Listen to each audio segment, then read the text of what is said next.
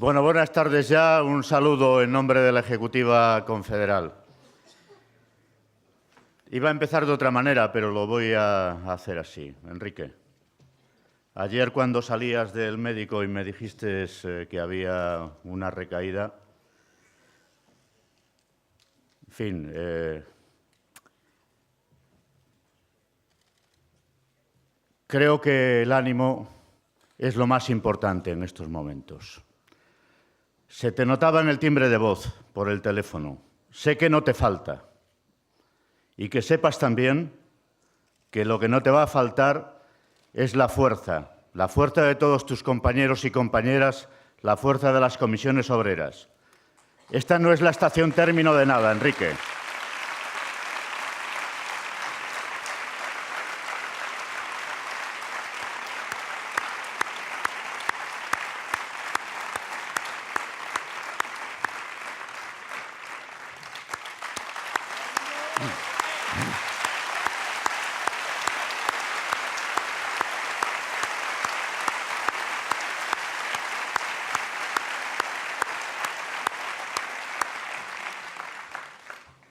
Esto es un alto en el camino. Sé que es duro porque por segunda vez se produzca, pero ten confianza, porque el ánimo es la mejor medicina.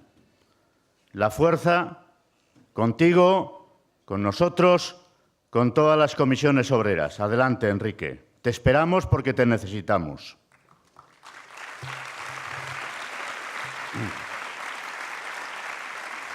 Quiero felicitar la iniciativa de las organizaciones del área pública, que además la hayan compartido esta iniciativa con otras organizaciones del sindicato a que habéis visto pasar, compañeros, compañeras, que trabajan en ámbitos públicos que no son de la esfera de competencias de las tres federaciones, pero que forman también parte indisociable de este caudal del aporte público, menguante sí, pero imprescindible para el desarrollo en democracia, con calidad, con empleo de nuestro país. Hace unos días, creo que un par de semanas, tuvimos ocasión de leer en los medios de comunicación que creo que eran 5 grandes multinacionales, entre ellas Google, Apple, las tecnológicas fundamentalmente, aportaron en el año 2013 al erario público 17 millones de euros.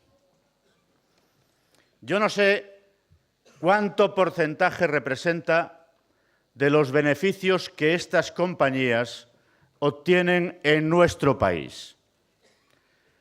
Pero es una muestra, un síntoma grave de la enfermedad real que padece España, que padece el mundo y que en nuestro país se expresa hoy con políticas que, apoyándose precisamente en la falta de aportación de recursos a lo público de las grandes empresas, empezando por las grandes corporaciones multinacionales, llevan luego a los gobiernos a adoptar políticas de ajuste, de recorte, que afectan a las personas, que afectan a la calidad de vida de las familias, del conjunto de la sociedad, pero que afectan, lo decía Enrique en su intervención, también a la calidad de la democracia, que está francamente en retroceso en nuestro país. Lo decía mi colega Ignacio, somos las comisiones obreras, claro que sí, tal vez no la única, pero sí, sin duda, la mejor herramienta, el mejor instrumento que tiene la clase obrera de este país, hoy para defenderse, ayer para avanzar, mañana para avanzar otra vez, en calidad de vida, en derechos, en un Estado que ha avanzado, que ha progresado en una democracia, 36 años va para allá, que en gran medida se le debe a la lucha de las comisiones obreras, de los Marcelino Camacho, Julián Ariza, Nicolás Sartorius, Eduardo Saborido, Paco Soto, Acosta, Zamora y tantos hombres y mujeres que dejaron lo mejor de su vida por conseguir que este país saliera de la noche negra de la dictadura. A nosotros, a vosotras, nadie nos va a dar lecciones de democracia, de modernidad, de transformación, de progreso, de anhelo de libertad. Esto que hoy se cuestiona, hoy gobiernan gobiernos elegidos por la ciudadanía, pero que no interpretan el interés de la mayoría social, no, que interpretan el interés de los grandes grupos multinacionales, que interpretan el llamado interés de los mercados, esos entes anónimos que tienen detrás poderosos intereses económicos, que son los que condicionan hoy el desarrollo de las sociedades y lo hacen en clave profundamente negativa y en detrimento del interés de la inmensa mayoría. Por eso, oponerse hoy a estos presupuestos generales del Estado no es solo que también y es legítimo por razones corporativas como el salario, como la jornada, como los derechos laborales en la función pública. Lo es también como cuestión de democracia, de progreso, de avance social. Es una obligación. Son unos presupuestos los que el Gobierno ha presentado en el Parlamento y que ahora están debatiéndose. Luego iremos a decirles lo que pensamos de ellos, desde la concentración que vamos a desarrollar en cuanto termine este acto y con el registro del manifiesto en el Congreso de los Diputados. Es una cuestión clave, básica. Los presupuestos son la pieza clave para la distribución de la riqueza. Nosotros no perdemos de vista que somos un sindicato que por voluntad propia se define como socio político.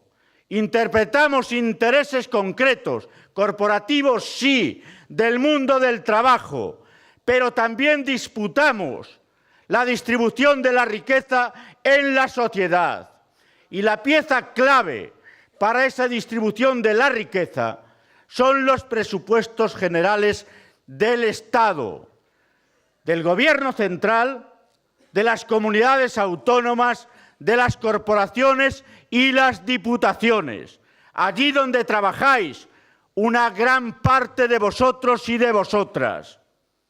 Y estos presupuestos que ha preparado el Gobierno, además de dar continuidad a la agresión que desde hace ya 5 o más años se mantiene a los trabajadores y trabajadoras del sector público, son un canto a la resignación desde el punto de vista de la economía.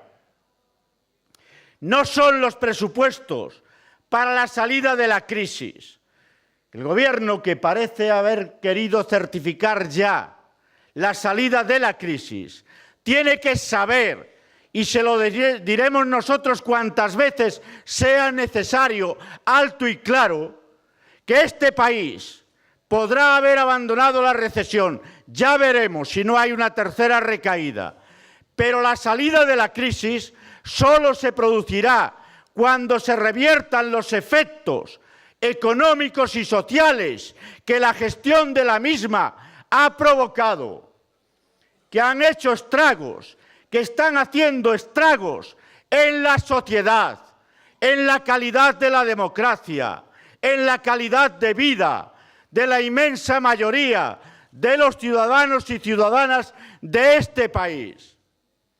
no nos resignamos a continuar, a que se continúe con una política de devaluación salarial, de devaluación de las condiciones de trabajo, de no reposición del empleo perdido, porque no es cierto que tengamos un gasto público excesivo en nuestro país.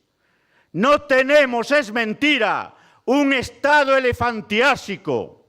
Lo que tenemos son bajos ingresos públicos, que es lo que no permite mantener la calidad del modelo social y el empleo público que lo sustenta, los servicios públicos básicos para la ciudadanía. Tenemos 9 puntos de ingresos medios menos que la eurozona y preparan una reforma fiscal que, lejos de reparar esa situación, lo que va a provocar es una caída todavía mayor de los ingresos, es decir, un debilitamiento mayor de la capacidad de intervención del Estado en la economía a través de las empresas y a través de la prestación de servicios. Se nota menos este año y el siguiente por la tregua que han dado las instituciones europeas en el proceso de consolidación fiscal, y aún así vaya si se nota. Pero es que el año 2016 el Estado español está obligado a situar el déficit público en el 2,8%. Creciendo la deuda, ya estamos casi en el 100% del Producto Interior Bruto. Es imposible, materialmente imposible, reducir el déficit público al 2,8% en el 2016 y al 1,1% comprometido por el Gobierno con Bruselas en el 2017, reduciendo los ingresos fiscales, como se va a provocar a través de la reforma de involución fiscal que ha presentado el Gobierno en el Parlamento. El grueso del ajuste todavía está por producirse y el grueso del ajuste lo preparan para después de la próxima cita electoral. Llevamos ya 5 o 6 años de consolidación fiscal que ha provocado un retroceso del Estado social, de nuestro modelo social.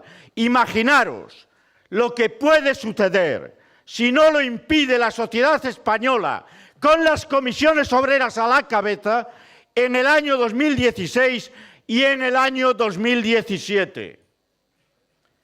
Si tenemos que seguir pagando más de 30.000 millones de euros de intereses al servicio de la deuda, si el desempleo no baja y aunque se recorten, como se han recortado, las prestaciones públicas en materia de desempleo, si tenemos que seguir gastando el equivalente a 3 puntos de Producto Interior Bruto para financiar el paro, aun dejando en la miseria, sin percepciones de ningún tipo, a 2,5 millones de personas en nuestro país, ¿de dónde van a salir los recursos para mantener la ya deteriorada calidad de la sanidad, de la educación, de los servicios públicos, de los servicios sociales en España? Es intolerable esta reforma fiscal, que es la que da cuerpo a los presupuestos generales del Estado que ha presentado el Gobierno para el año próximo, tiene que ser reorientada. Lo tiene que ser porque el Estado tiene que ganar capacidad de recaudación, lo tiene que hacer en términos de eficiencia, lo tiene que hacer en términos de equidad y suficiencia. No vale con regalarle los oídos a la gente, diciéndole: te voy a reducir 20 euros al año en tus impuestos a través de la bajada del IRPF, cuando a los ricos se les rebajan cantidades astronómicas y las empresas siguen sin pagar. Las grandes empresas en nuestro país han estado tributando con un tipo de impuesto de sociedades del 30%, el cero, hasta hace 2 años, y ahora de media pagan el 8%. Mirar vuestra nómina, mirar vuestra declaración de la renta. El desequilibrio es brutal y encima se grava más a la sociedad a través de los impuestos indirectos. Es el IVA del 21% para la cultura, pero es el IVA del 10% para los alimentos, es el IVA del 21% para la dieta energética familiar en nuestro país, que está provocando ya pobreza energética en centenares de miles de familias en España. Dicen, el otro día todavía terminaba la cumbre del G20 en Brisbane, Australia, que hay que fiar la creación de empleo y, por lo tanto, la recuperación de las economías a la acción privada y al servicio de la misma poner el conjunto de los recursos del Estado, incluido la pérdida de recursos a través de la recaudación fiscal. No es cierto que la salida de la crisis en Europa y en España en particular vaya a venir de la mano de la iniciativa privada. ¿Dónde está el crédito procedente de las entidades financieras, saneadas con recursos públicos, nacionalizadas algunos y mal vendidas después? ¿Dónde está el crédito a las familias? ¿Dónde está el crédito a las pequeñas empresas, que en nuestro país se tienen que financiar cuando lo consiguen a tipos de interés más altos que sus competidores europeos? No es esperable la iniciativa privada como solución a los problemas que ha generado de caída de la actividad económica, de altísima tasa de desempleo, de desigualdad social que crece en Europa, en la Europa democrática del modelo del bienestar, y en nuestro país. Cae la riqueza de forma general, pero el reparto de la misma es hoy más injusto que hace 7 años, cuando comenzaba la crisis. Y lo es, no porque las leyes de la economía determinen que la desigualdad es el estado natural de la evolución de la misma. No, como dice Joseph Stiglitz, que no es un revolucionario, un economista marxista, la desigualdad es el resultado de la aplicación de las leyes de la política a la economía. Esto es lo que está sucediendo en nuestro país. Por esto es imprescindible el impulso de lo público, es irrenunciable, es fundamental. Y en un país como el nuestro, con 6 millones, bueno, van a decir que exagero, 5,6 millones de personas en paro, no se puede fiar toda la creación de empleo a la iniciativa privada. Tiene que venir de la mano de lo público, fundamentalmente, sí con el concurso de la iniciativa privada, pero fundamentalmente de la mano de lo público. Mirad, compañeros y compañeras, de otras crisis, porque no es la primera que padecemos, aunque no tan profunda y de tanta duración, hemos salido con el empleo de la construcción. En términos de empleo, de la crisis de empleo, hemos salido con el empleo de la construcción. Al empleo de la construcción no se le espera Y además sería un desastre que volviéramos a las andadas de la especulación inmobiliaria, del maridaje de la especulación financiera y la especulación inmobiliaria, que volviéramos a sentar, como en parte se está haciendo, bases de desarrollo tan débiles que estuviésemos incubando ya la siguiente crisis antes de salir de la actual. De la crisis de empleo actual tenemos que salir fundamentalmente de la mano del impulso del sector público. Son los servicios sociales, es el desarrollo de la ley de dependencia, es la vivienda pública, fundamentalmente en régimen de alquiler. Aprovechen la vivienda en manos de la Sareb, del llamado Banco Malo, y creen una bolsa pública de vivienda, un parque de vivienda en alquiler que permita el acceso a los jóvenes, a los mayores, a las personas que de otra manera no tienen posibilidad de acceder a un bien como es la vivienda, para evitar también los desahucios, que son una secuela terrible de la crisis que no ha provocado la gente que pierde su empleo, pierde su salario, pierde sus prestaciones y al final pierde también su casa porque no puede pagar la hipoteca. Es imprescindible recuperar en términos de ingresos ese diferencial con la eurozona. Son 90.000 millones de euros fundamentales para la actividad del sector público. No puede ser que se siga recortando la inversión pública cuando no hay iniciativa privada. No puede ser que se siga recortando el gasto público en educación, en dependencia, en sanidad, en servicios públicos, en servicios sociales, en transporte, en fin, sin que pase nada. Pasará.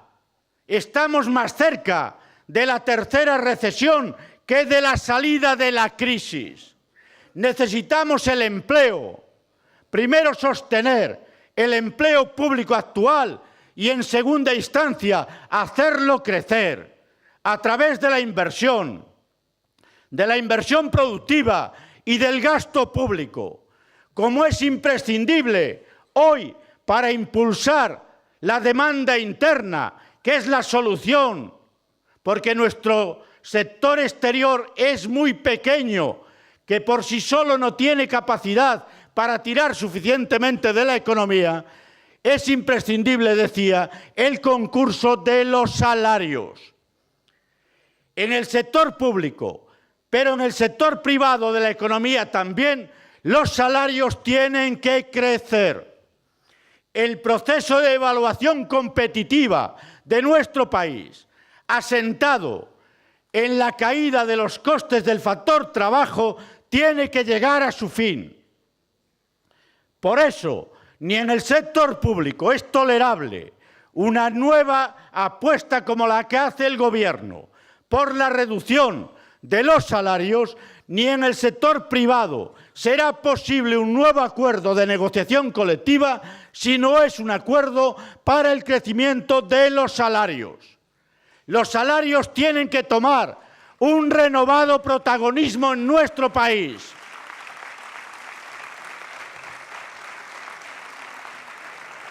Tenemos propuestas, tenemos alternativas, tenemos la mejor herramienta que tiene la clase obrera, que es este sindicato. Tenemos que ponernos a funcionar. La primera cita, el día 29, el conjunto de la organización tiene que desplegarse, salir a las calles, las banderas rojas de comisiones obreras bien altas, bien visibles, diciéndole a este gobierno que hay otro camino, que hay un camino de progreso, que necesita de otras políticas, que hay una ciudadanía capitaneada por este sindicato dispuesto a recorrer ese camino. Compañeros y compañeras, sigamos el ejemplo también de otros y otras. Aquí se habló de la minería, del sector naval, pero también de otros sectores, también en las elecciones sindicales. Sabemos que nos disputan la hegemonía, lo sabemos. Fuerzas renovadoras que quieren montar un sindicato renovado de partido, adelante, que hay mucha gente sin afiliar en este país, que la tasa de afiliación en España está en el 15%. Si hay campo abierto, bienvenidos, bienvenidas. Pero vamos a disputar a campo abierto, de verdad, como lo venimos haciendo las comisiones obreras, desde la dictadura hasta los 37 años de democracia en España. Queremos revalidar la mayoría porque creemos que tenemos propuestas alternativas acordes con las necesidades del conjunto de la población de este país, en la empresa y en la sociedad. Como ayer decidieron los trabajadores y trabajadoras de grandes almacenes, que han dado la victoria a las comisiones obreras, allí donde nos hemos podido presentar, donde no nos han hundido las candidaturas. Quien quiera darnos por muertos, que no se confunda, que se asegure primero. Estamos bien vivos y lo vamos a demostrar. Estas son las comisiones obreras, vuestras comisiones obreras, las comisiones obreras de la clase obrera de este país. ¡Vivan las comisiones obreras! ¡Adelante! Y ahora a la Plaza de Neptuno.